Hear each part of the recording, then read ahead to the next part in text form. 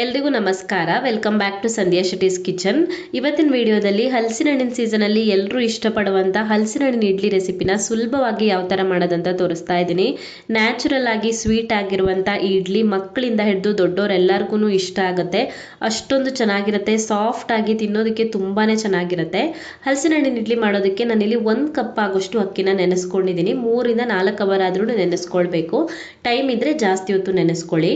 1 cup ಆಗೋಷ್ಟು ಅಕ್ಕಿಗೆ 3ರಷ್ಟು ಹಲಸಿನ ಹಣ್ಣಿನ ಸೊಳೆಗಳನ್ನು ತಗೊಳ್ಬೇಕು. ಅಂದಾಜು ಒಂದು 20 ಸೊಳೆ ಇರ್ಬೋದು. ಇದು 1 ಕಪ್ ಅಕ್ಕಿ ತಗೊಂಡ್ರೆ 3 ಕಪ್ ಆಗೋಷ್ಟು ಹಲಸಿನ ಹಣ್ಣಿನ ಸೊಳೆಗಳನ್ನು ತಗೊಳ್ಬೇಕು.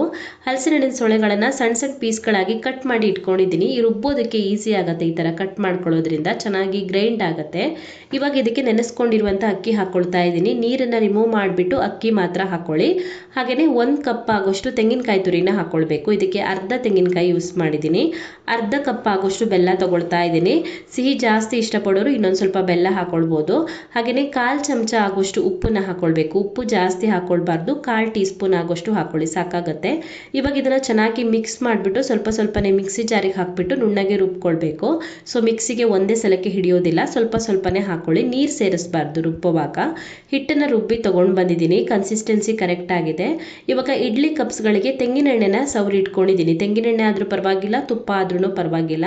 ನಾನಿಲ್ಲಿ ತೆಂಗಿನ ಎಣ್ಣೆ ಸವರಿ ಇಟ್ಕೊಂಡಿದ್ದೀನಿ. ಇವಾಗ ಇಡ್ಲಿ ಕಪ್ಸ್ಗಳಿಗೆ ಹಿಟ್ಟನ್ನು ಫಿಲ್ ಮಾಡಿಬಿಟ್ಟು ಬೇಯಿಸ್ಕೊಳ್ಬೇಕು.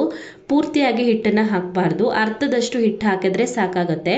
ಮತ್ತು ಇಡ್ಲಿ ಬೆಂದಾಗ ಉಬ್ಬುತ್ತೆ, ಆವಾಗ ಫುಲ್ ಆಗುತ್ತೆ. ಇವಾಗ ಅರ್ಧದಷ್ಟು ಹಿಟ್ಟನ್ನು ಹಾಕಿದರೆ ಸಾಕಾಗುತ್ತೆ. ಇಡ್ಲಿ ಕಪ್ಸ್ಗೆ ಹಿಟ್ಟನ್ನು ಹಾಕಿದ ನಂತರ ಇಡ್ಲಿ ಸ್ಟೀಮರಲ್ಲಿ ನೀರನ್ನು ಕುದಿಯೋದಕ್ಕೆ ಇಟ್ಟಿದ್ದೀನಿ. ನೀರು ಒಂದ್ಸಲ ಪೂರ್ತಿಯಾಗಿ ಕುದಿಯೋದಕ್ಕೆ ಶುರುವಾಗ್ತಿದ್ದ ಹಾಗೆಯೇ ಇಡ್ಲಿ ಕಪ್ಸನ್ನು ಇಟ್ಬಿಟ್ಟು ಮುಚ್ಚಳ ಮುಚ್ಚಿಬಿಟ್ಟು ಇದನ್ನ ಇವಾಗ ಒಂದು 20 ನಿಮಿಷ ಆದ್ರೂ ಬೇಯಿಸ್ಕೊಳ್ಬೇಕಾಗತ್ತೆ. ಒಂದು 15ರಿಂದ 20 ನಿಮಿಷ ಆದ್ರೂ ಬೇಕಾಗ್ಬೋದು ಇದು ಬೇಯೋದಕ್ಕೆ.